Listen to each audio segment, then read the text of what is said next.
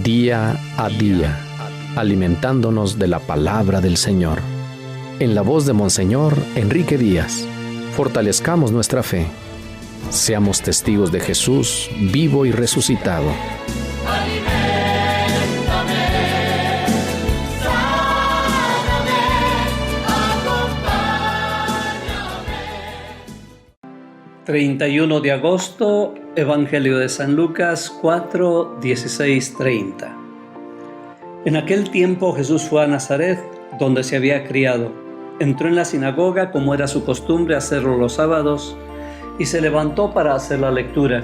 Se le dio el volumen del profeta Isaías, lo desenrolló y encontró el pasaje en que estaba escrito: El Espíritu del Señor está sobre mí, porque me ha ungido para llevar a los pobres la buena nueva, para anunciar la liberación a los cautivos y la curación a los ciegos, para dar libertad a los oprimidos y proclamar el año de gracia del Señor.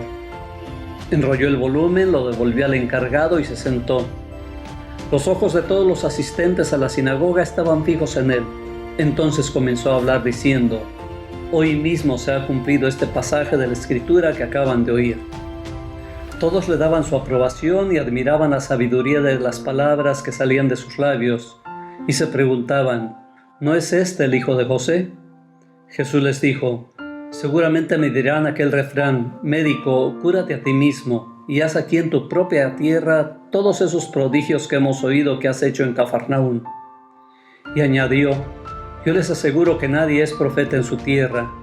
Había ciertamente en Israel muchas viudas en los tiempos de Elías, cuando faltó la lluvia durante 3 años y medio, y hubo un hambre terrible en todo el país. Sin embargo, a ninguna de ellas fue enviado Elías, sino a una viuda que vivía en Sarepta, ciudad de Sidón. Había muchos leprosos en Israel en tiempos del profeta Eliseo.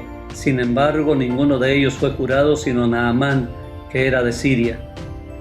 Al oír esto, todos los que estaban en la sinagoga se llenaron de ira, y levantándose lo sacaron de la ciudad y lo llevaron hasta un precipicio de la montaña sobre la que estaba construida la ciudad, para despeñarlo, pero él, pasando por en medio de ellos, se alejó de allí.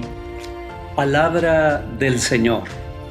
A partir de hoy iniciamos en nuestra lectura continua diaria el Evangelio de San Lucas, y hoy nos ofrece sus cartas de presentación, con un texto que resume la actividad de Jesús y nos lo dibuja de cuerpo entero.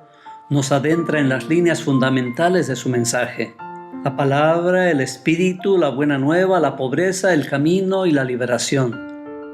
El texto que acabamos de escuchar es un programa no solo para Jesús, sino para sus discípulos, para su iglesia.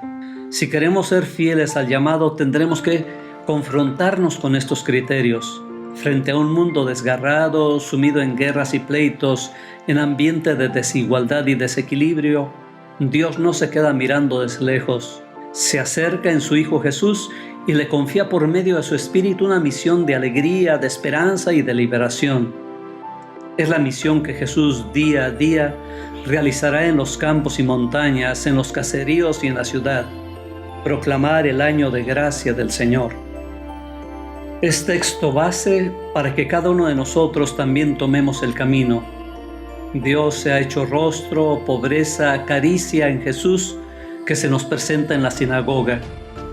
Desde entonces el hombre no camina solo, tiene esperanza, tiene senderos por donde encaminarse, y estos son muy claros: dejarse llenar del Espíritu, conformar toda su vida a sus inspiraciones y hacer muy clara la opción por los desheredados, por los ciegos, por los encarcelados y los pobres. El Papa Francisco nos ha recordado en su exhortación que una evangelización sin el compromiso serio con el hermano queda trunca y es falsa. Que el criterio para saber si es auténtica nuestra evangelización sean las acciones concretas que realicemos frente al hermano. Hoy mismo se nos recuerda que muchos no estuvieron de acuerdo con Jesús y trataron de despeñarlo. ¿Cuál será nuestra postura frente a él? La misma que adoptemos frente al hermano desamparado. Ojalá sea de cercanía, de liberación, de anuncio. El Señor te bendiga en nombre del Padre, y del Hijo, y del Espíritu Santo.